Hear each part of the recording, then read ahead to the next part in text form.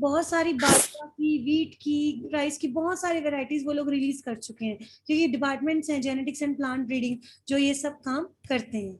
ठीक है, एक एग्जांपल दिया था शुगर केन का, कंबाइन करके ऐसे ऐसे हाइब्रिड्स बनाए गए हैं।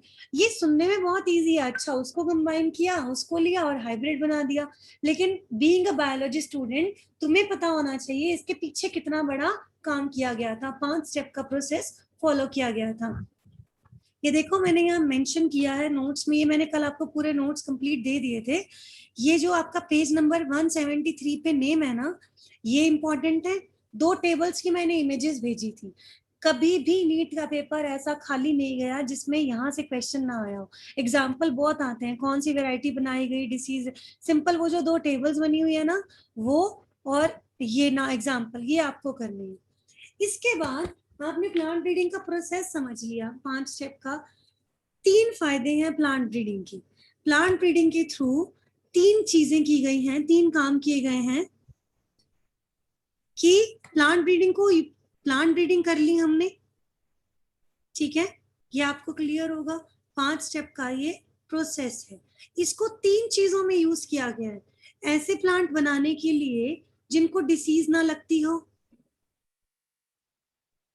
फिर ऐसे प्लांट बनाने के लिए जिन पे इंसेक्ट का और पेस्ट का अटैक ना होता, और रेजिस्टेंट का मतलब होता है कि ये स्ट्रॉन्ग है, इन पे इंसिस का अटैक नहीं होता। तीसरा, फूड की क्वालिटी को इंक्रीज करने के लिए, food quality, plant breeding, plants के जीन्स के साथ छेड़खानी करना, प्लांट्स के डीएनए की मिक्सिंग एंड मैचिंग करना, इसको 3 पर्पस के लिए हम यूज कर सकते हैं। राइट, 5 स्टेप का ये प्रोसेस है, ब्रीडर्स की मदद से ये किया जाता है under the very controlled conditions. ठीक है, ध्यान रखा जाता है हर चीज का।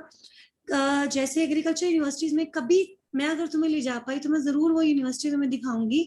वहां पे क्या होता है, नेट हाउस भी बने हुए हैं। नेट हाउस मतलब कई बार बड़े बड़े खेतों में उगाते हैं फसलों को। कई बार क्या होता है, एक एरिया, कमरे जितना एरिया नेट लगाकर अंदर गमलों में रख रख के पौधे उगाए जाते हैं।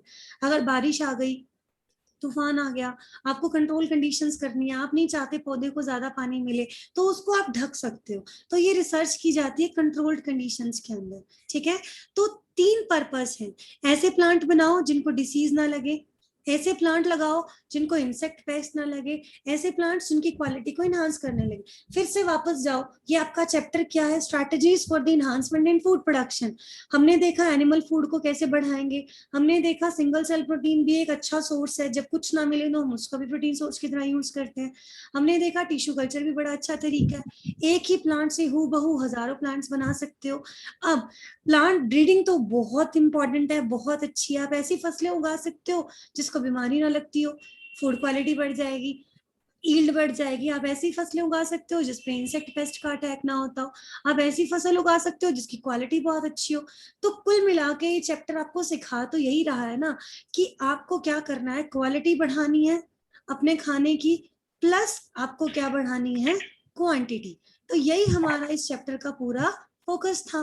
प्लांट ब्रीडिंग भी यही करती है। अब हम क्या करेंगे, इन 3 पॉइंट्स को अलग अलग पढ़ेंगे। ठीक है, प्लांट ब्रीडिंग के 5 स्टेप हम कर चुके हैं, अब ये छोटे छोटे 3 इसके टॉपिक रह गए कि कैसे इसको यूज करेंगे। समझ में आ रहा है? Yes ma'am. Yes ma'am. ठीक है, अब ये छोटे छोटे से वीडियोस हैं, देखो इसको। Disease resistance. One of the major problems for agriculture are pathogens and disease-causing agents.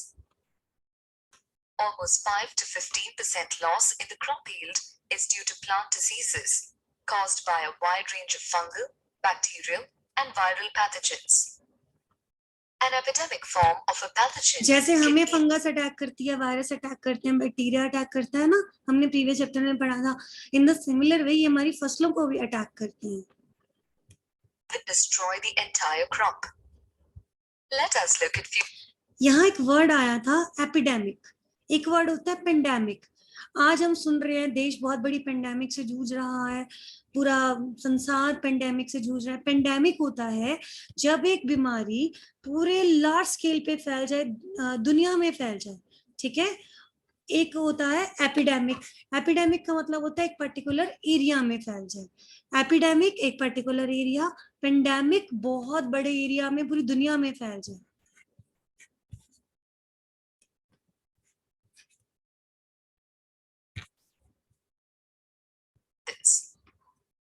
An epidemic form of a pathogen can even destroy the entire crop. Let us look at few pathogens that cause diseases in food crops.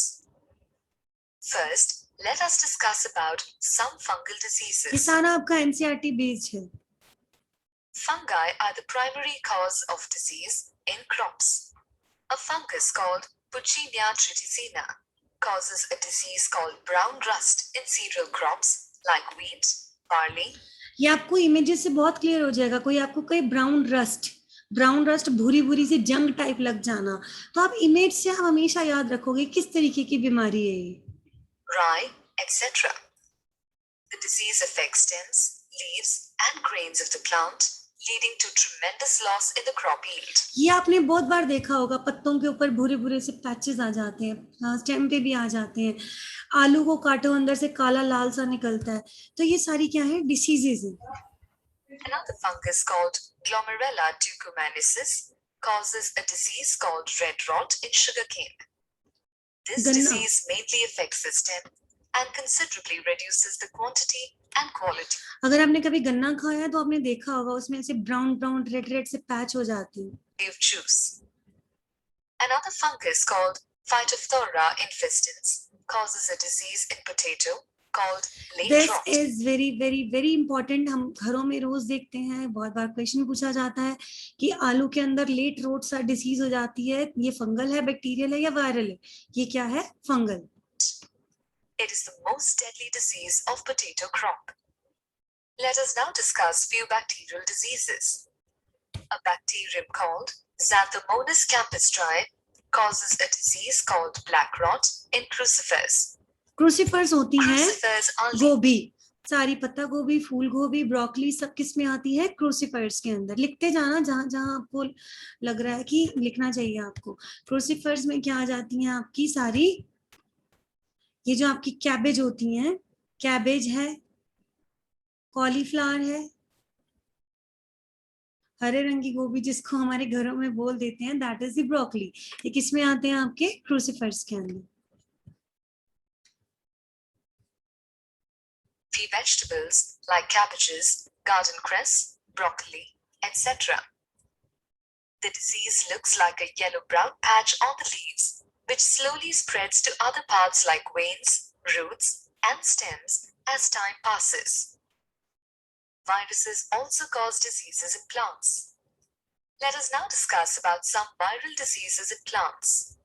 A virus called tobacco mosaic virus causes a disease called tobacco mosaic in tobacco and other plants. The देखो disease कितना forms important white है। Tobacco हमको बीमार करता है, हमें cancer तक कर देता है। सिगरेट में है, ठीक है, लेकिन टोबैको को भी कोई बीमार करता है। This is the tobacco mosaic virus. black or sometimes yellow and green patterns on the leaves, which looks like a mosaic. This causes malfunction of leaves and other growing parts. Another virus called turnip mosaic virus causes a disease called turnip mosaic in cruciferous plants. This disease forms pale-colored ulcers on the leaves, which stunts the growth of the plant. There are a number of factors that are responsible for the development of diseases in plants. Some of these factors are host genotype, pathogen genotype, and the environment. हम कहते हैं ना कि बीमारियां हमारे ऊपर सबको अलग अलग तरीके से अटैक करती हैं। आज लोग कोविड से मर भी रहे हैं, लोग रिकवर भी कर रहे हैं। तो पौधों में भी यही है, पौधा कितना स्ट्रांग है, होस्ट का जीनोटाइप कैसा है, जेनेटिकली कितना स्ट्रांग है, इस पर डिपेंड करती है बीमारी। उस पे अटैक करने वाला पैथोजन का जीनोटाइप कैसा है, इस पे अटैक डिपेंड करती है। और एनवायरनमेंट पे तो फिर करती है कि आसपास का माहौल कैसा है। Some of the pathogen genotype is even capable of developing newer and newer strains every time. Therefore, it is very important to incorporate the trait for disease resistance in देखो genotype गहराई is से even सुनो, कितनी capable अच्छी of बात बताई developing है। newer. आपने कोविड की हिस्ट्री सुनी है, कभी पढ़ी है? कोविड, COVID, मुझे आज आपको बताना भी था। कोविड-19 बीमारी तो है ही है। ये कैसे बनी, क्या नाम है ये, देखो, CO मतलब कोरोना, ठीक है, VI मतलब वायरस, D मतलब डिसीज। 2019 में ये बहुत लार्ज स्केल पे फैली थी, इसीलिए बोलते हैं कोविड-19, कोरोना वायरस डिसीज 19, यहां से ये नाम पड़ा था। आपको पता है ये वुहान चाइना से फैली थी। ये पहले बोल रहे थे चमगादड़ों की बीमारी थी। ये एनिमल्स, मैंने आपको पिछले चैप्टर में बताया था, ऐसी बीमारियां जो पशुओं से इंसानों में आने लग जाएं वो डेडली होती हैं, मार देती हैं, खतरनाक होती हैं, जैसे प्लेग फैला था। तो ये यही इतनी अच्छी बात इन्होंने बताई है, समझो इसको, कैसे पशुओं की बीमारियां इंसानों को होनी शुरू हो जाती हैं। क्योंकि क्या होता है, ये जो वायरस होते हैं ना, पैथोजेंस होते हैं, खासकर वायरसेस, ये अपनी फॉर्म चेंज करते हैं। देखो ये कैसे बता रहे हैं कि हर बार जो होता है ना, पैथोजन अपना जीनोटाइप चेंज करके नया स्ट्रेन बन जाता है। ऐसे ऐसा बन गया, फिर ऐसे बन गया, फिर अगला बन गया। तो कुछ ऐसा करो कि अंदर से ही रेजिस्टेंट पैदा हो जाए, प्लांट के हमें मारने के लिए, सॉरी, बीमारियों से लड़ने के लिए हमें मेडिसिन की जरूरत जो है वो ना पड़े। क्योंकि अगर हम इन्हें किल करने के लिए, अगर हम इन्हें किल करने के लिए केमिकल्स यूज करते हैं, तो वो कहीं ना कहीं केमिकल्स हमें भी नुकसान करते हैं। And newer strains every time. Therefore, it is very important to incorporate the trait for disease resistance in breeding programs.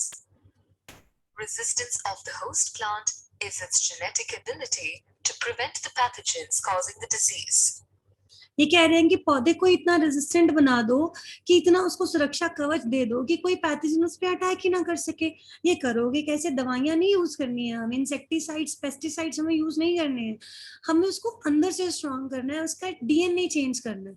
और ये हम कैसे कर सकते हैं? प्लांट ब्रीडिंग की मदद से। If the plants have disease resistance, it would reduce the use of chemicals like fungicides, bactericides, which can cause toxicity, thereby increasing the farmer's profits. There are different breeding methods for incorporating disease resistance. Let us first discuss the conventional method. पुराना method जो चलता आ रहा है 5 step वाला। First, we screen the germplasm for the source of resistance. Then we carry out artificial hybridization of the high-yielding crop varieties with these disease-resistant varieties. The progenies are selected and evaluated for high yield, disease resistance, quality, and other features. At last, the progeny are tested and released as new varieties. Here are some of the disease-resistant crop varieties bred by ये hybridization examples बहुत and important है selection. जो table में दिए हुए हैं book में। Himgiri is a variety of wheat bred to show resistance to fungal diseases like leaf and stripe rust, and also hill bunt. Pusa swarnim, also called as currant rye, is a variety of brassica bred to show resistance to white rust disease. Pusa shipra is a variety of cauliflower bred to show resistance to black rot and curl blight black rot. Pusa komal is a variety of cowpea bred to show resistance to bacterial blight. Pusa sadabahar is a variety of chili bred to show resistance to chili mosaic virus, tobacco mosaic virus, and leaf curl. Adding disease resistance by this method is subjected to many limitations. In this method, we can add disease resistance only if the disease resistance allele is present in the germplasm. Generally, there will be only limited number of देखो ये बता रहे हैं कि आप disease resistant अगर किसी पौधे को बनाना चाहते हो, ठीक है, ध्यान से समझो इसको, तो आप 2 मेथड यूज करो। या तो पुराना जो सदियों से चला आ रहा है ट्रेडिशनल मेथड, जर्मप्लाज्म लाइब्रेरी में गए, सारा का सारा चेक किया, तो आपने क्या किया, ऐसे ऐसे जैसे सैंपल उठा लिए, एक सैंपल उठा लिया मैंने, जैसे मेरे को किसी, मतलब मान लो वीट रागी पे काम करना है, ठीक है, एक वैरायटी उसकी ले ली जिसमें जो फंगल रेजिस्टेंस है प्लस उसकी जो यील्ड है वो लो है, ठीक है। ये मैं आपको दूसरी तरह समझा, यहाँ समझ नहीं आ रहा होगा लिखा हुआ, ठीक है। अगर मैंने मतलब एक तरीका ये है कि कन्वेंशनल मेथड यूज करो और एक तरीका ये है कि एडवांस मेथड यूज करो। मैंने एक ऐसी क्रॉप उठाई ए और एक ली क्रॉप बी रागी की। इसमें क्या था, फंगल रेजिस्टेंस था प्लस इसकी जो यील्ड थी वो लो थी। मैंने एक ऐसी वैरायटी से ग्रो कराना है जिसमें फंगल रेजिस्टेंस तो नहीं है लेकिन जिसकी यील्ड है वो क्या है, हाई है। तो मुझे क्या करना है, इस कैरेक्टर को और इस कैरेक्टर को कंबाइन करना है। तो एक सी प्लांट नया ऐसा हाइब्रिड बनाना है जिसके पास यील्ड भी हो, ठीक है, जिसके पास रेजिस्टेंट भी हो। तो वो वाला मेथड तो हम समझ चुके हैं, 5 स्टेप वाला, कलेक्शन ऑफ जर्म प्लाज्म, फिर इवेल्युएट करना, सिलेक्शन करना, हाइब्रिडाइजेशन करना, हाइब्रिड बनाओ और मार्केट में सेल कर दो, ठीक है। लेकिन अगर वो जीन अवेलेबल ही नहीं है, अगर वो जीन अवेलेबल ही नहीं है जिसके अगेंस्ट मेरे को रेजिस्टेंस डेवलप करना है, तब आप क्या करोगे। ये देखो इसमें दिखाया हुआ है ना, मान लो फंगल के लिए रेजिस्टेंट है, टोबैको के लिए, लेकिन ब्लैक रॉट के लिए पूरे जर्म प्लाज्म में जीन ही नहीं है। तो आप नया जीन बना भी सकते हो, ऐड भी कर सकते हो with the help of the mutations. Of disease-resistant genes in the germplasm. Due to this, the plant will show resistance to only few number of diseases. Genetic engineering. Due to the improvement in genetic engineering, we were able to overcome the limitations of conventional breeding. Genetic engineering allows us to incorporate resistance genes from unrelated species into the plant genome.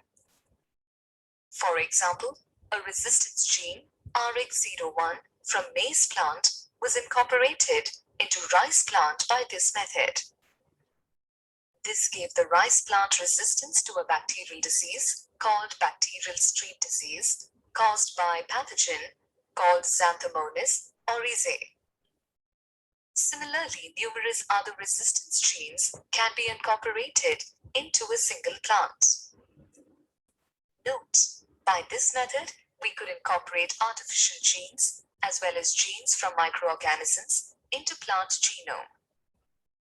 Mutation breeding. Another method of creating disease resistance is mutational breeding. Here, we use chemicals and gamma radiations to induce targeted mutations in the selected plants.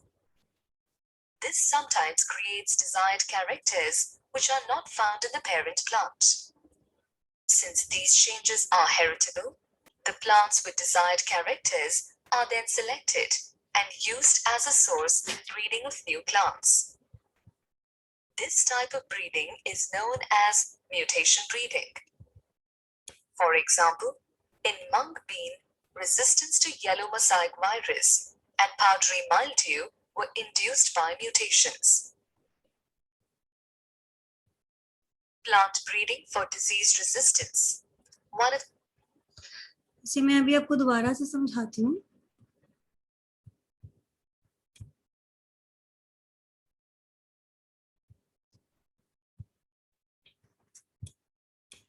ये आपको क्या बता रहे हैं कि अभी आपने plant breeding समझ ली, 5 स्टेप्स थे उसके। तो पहला यूज क्या है कि प्लांट ब्रीडिंग के जरिए ऐसे प्लांट्स बनाए जाएं, ऐसी फसलें उगाई जाएं जिन पे डिसीज का अटैक ना होता हो, किसी भी तरीके की। आपने डिसीजेस पढ़ी, फंगल होती हैं, वायरल होती हैं, ठीक है, बैक्टीरियल होती हैं, बहुत सारे डिसीजेस आए साल पौधों को, फसलों को खराब करती हैं, जिससे किसानों को बहुत ज्यादा नुकसान होता है, हमारी फूड क्वालिटी पे भी असर होता है। तो हमें क्या करना है, डिसीज रेजिस्टेंट प्लांट बनाने। दूसरा, पौधा तो खराब हुआ ही हुआ डिसीज से, क्वालिटी भी गई, क्वांटिटी भी गई, पैदावार अच्छी नहीं हुई। एक, अगर आप डिसीज को मारने के लिए आप उस पर एक केमिकल का छिड़काव करो, पेस्टिसाइड्स, इंसेक्टिसाइड्स, केमिकल्स का इसका छिड़काव करो, तो वो कहीं ना कहीं फसलों में रह जाएगा। गेहूं है या सब्जियों पे करोगे तो हम उसको अगर बिना धोए खा लेते हैं, प्रॉपरली साफ करके नहीं खाते, तो वो केमिकल हमारी बॉडी में भी जाते हैं, कितना नुकसान करते हैं। तो हमें हर तरीके से ऐसी फसल बनानी है जिससे किसान को फायदा हो, देश को फायदा हो, प्रॉपर खाना मिले, प्लस हमें केमिकल्स का यूज ना करना पड़े, ठीक है। तो हमें डिसीज रेजिस्टेंस प्लांट बनाने पड़ेंगे। अब उसका तरीका क्या है कि 2 मेथड्स हैं, ठीक है, कन्वेंशनल मेथड और म्यूटेशनल ब्रीडिंग।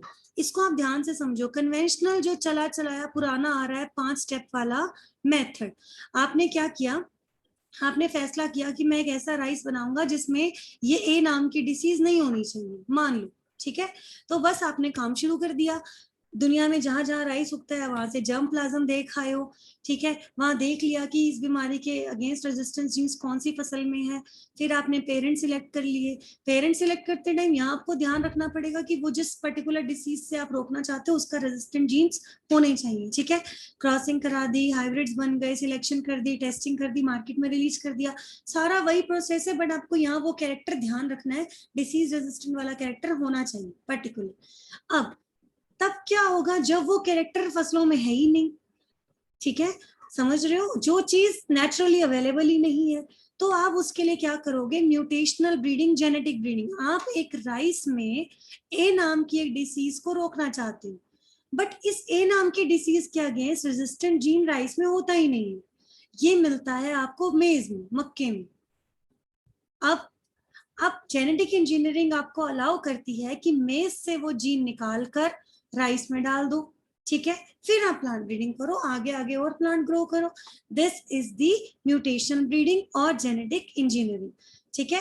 या एक काम और करो, राइस के अंदर म्यूटेशंस लेकर आओ, रेडिएशंस, केमिकल्स ऐसे डालो कि उसका जेनेटिक मेकअप चेंज कर दो और उसमें वो जेनेटिक चेंज आ जाए जो आप चाहते हो। समझ रहे हो, दो तरीके हैं, किसी माइक्रो ऑर्गेनिज्म से, किसी दूसरे प्लांट से वो जीन उठाकर प्लांट के अंदर डाल दिया, ठीक है, फिर आगे वही स्टेप फॉलो अप कर दिया आपने, राइट। या उसमें म्यूटेशन ले आए और ऐसा कोई चेंज ले आए कि उसमें जो जेनेटिक मेकअप है उसका चेंज हो गया, तो ये क्या है आपका म्यूटेशन ब्रीडिंग या फिर जेनेटिक इंजीनियरिंग। इसकी जरूरत क्यों पड़ी जब कन्वेंशनल मेथड था? जरूरत क्यों पड़ी, क्योंकि कई बार क्या होता है, रेजिस्टेंट जीन अवेलेबल ही नहीं होते जर्म प्लाज्म में, हमने सारा जर्म प्लाज्म चेक कर लिया, तो ऑप्शन क्या है, नया ऐड करना पड़ेगा आपको, ठीक है।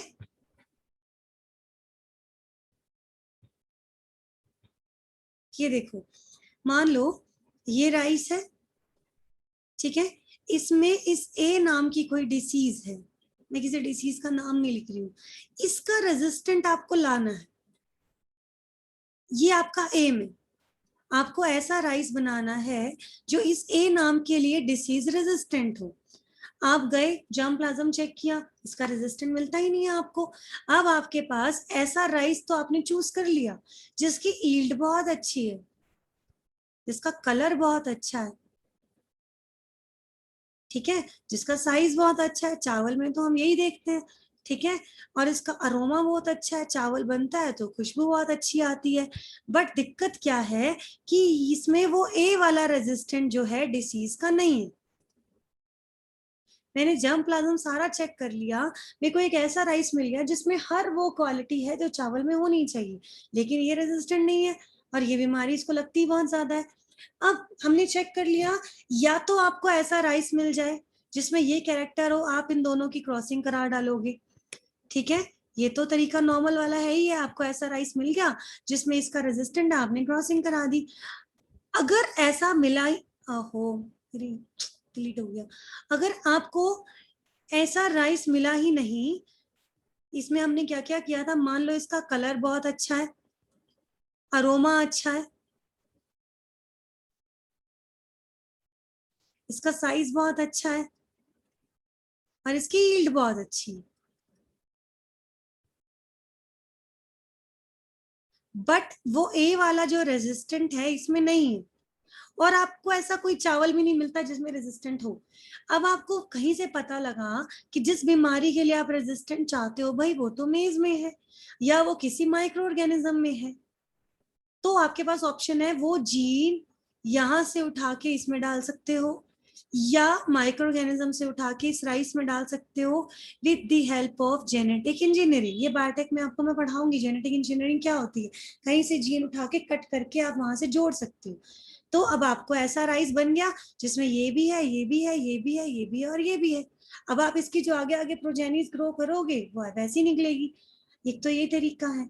दूसरा तरीका, आपने ये काम नहीं करना, ये काम आप नहीं करना चाहते, आप इसी राइस के अंदर म्यूटेशन करवाओ, म्यूटेशन क्या कहती है आपको? Sudden change in the genetic makeup.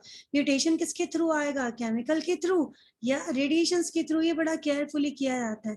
किसी तरीके से इस तरह से चेंजेस लाना है क्या इसका रेजिस्टेंट जो है वो डेवलप हो जाए।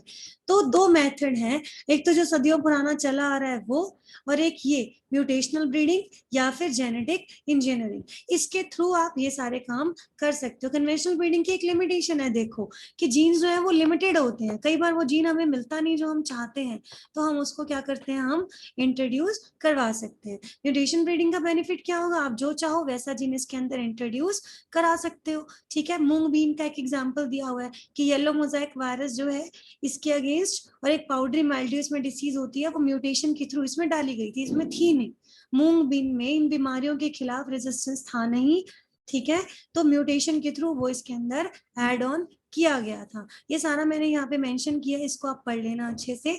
इसी तरीके से आप इंसेक्ट पेस्ट के अगेंस्ट रेजिस्टेंस भी डेवलप कर सकते हो, बट यहाँ पे आपको सिर्फ कन्वेंशनल मेथड यूज करना है। यहाँ पे आप जेनेटिक इंजीनियरिंग और उसका मेथड आप यूज नहीं कर सकते, क्योंकि ये जो इंसेक्ट पेस्ट होते हैं ये लिमिटेड से ही होते हैं, तो इसका हमें मिल जाता है। ठीक है, जीन मिल जाएगा क्रॉप के अंदर। इसमें क्या बताया गया है, इंसेक्ट और पेस्ट रेजिस्टेंस के अगेंस्ट हम कैसे कर सकते हैं। मेथड वही आपका यूज होगा, conventional method.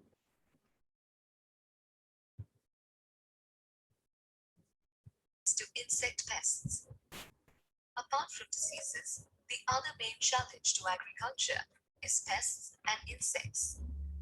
The pests and insects feed on the plant parts like leaves, stems, flowers, etc. This makes the plants easily susceptible to plant diseases. Some pests feed on the sap of the plants, causing wilting of plants. Sometimes, insects also act as vectors for disease-causing pathogens. कभी कभी insect pest खुद ही बीमारी कर देते हैं, कभी कभी क्या है वो वेक्टर की तरह काम करते हैं। वेक्टर नहीं होते, जैसे मच्छर है हमारे अंदर प्लाज्मोडियम का वो लेकर आ जाता है, ठीक है, प्रोटोजोआ। ऐसे ही इंसेक्ट पेस्ट क्या करते हैं, कई बार तो खुद बीमारी कॉज करते हैं, कई बार वेक्टर का काम करते हैं, कोई और पैथोजन लाकर प्लांट के अंदर छोड़ देते हैं। Like viruses, etc. Overall, insect attack leads to heavy losses in crop yield and quality. Generally, in order to protect the crops from pests, farmers normally use pesticides and other toxic chemicals. This not only kills the pests, but also kills the useful organisms around the plant. Pesticides, also called mild toxicity in the plant, produce and lowering its quality. Moreover, these pests gradually develop resistance to the pesticide and continue to attack the plants. Some plants have naturally developed some morphological, biochemical, or physiological characters which prevent pests from attacking them. Now, let us have a look at the morphological. ये बता रहे हैं कि कभी कभी plants के अंदर natural defence mechanism भी होता है इंसेक्ट पेस्ट से बचने के लिए। नेचुरल मतलब उनके अंदर कुदरती तौर पे प्रेजेंट है। Wheat plants and cotton plants have hairy leaves that prevent गेहूं jackals के and पौधे में और कॉटन के पौधे में देखना हेरी लीफ होते हैं, लीफ पे छोटे छोटे बाल होते हैं। beetle from eating them. Solid stems in wheat are not preferred by wheat the की जो stem स्टेम होती है sulfide. वो हार्ड होती है। Bollworms are not attracted to smooth-leaved and nectarless cotton variety. Cotton के जो फूल होते हैं वो नेक्टरलेस होते हैं और स्मूथ होते हैं, तो ये छोटे छोटे कीड़े होते हैं बॉलवर्म, ये अटैक नहीं करते इस पे, क्योंकि पत्ते से तो एक तो फिसल जाते हैं, स्मूथ होते हैं, दूसरा नेक्टर ही नहीं होता, तो नेक्टर नहीं होगा तो वो आएंगे नहीं। कुदरती तौर पे डिफेंस मैकेनिज्म है इनके अंदर। The features of plants that make them undesirable to the insects for food, shelter, reproduction, etc. are called antizoonosis or non-preference. Now, let us have a look at the biochemical characters of plants. Certain plants like maize have high aspartic acid. Biochemical word जहां आ जाएगा मतलब ये biomolecule से बात करेंगे, protein, nitrogen, aspartic acid, carbohydrates, ये सब कुछ। Nitrogen and low sugar content that make them undesirable to the stem borers. Stem borer को एस्पार्टिक एसिड कम चाहिए होता है, नाइट्रोजन ज्यादा चाहिए होती है, शुगर ज्यादा चाहिए होती है, लेकिन ये सबका उल्टा होता है मेज में। तो इसकी वजह से स्टेम बोरर ऐसे कीड़े जो स्टेम के अंदर छेद कर देते हैं, बोर कर देते हैं, ये मेज पे अटैक नहीं करते क्योंकि उनके पास वो नहीं है जो इन्हें चाहिए।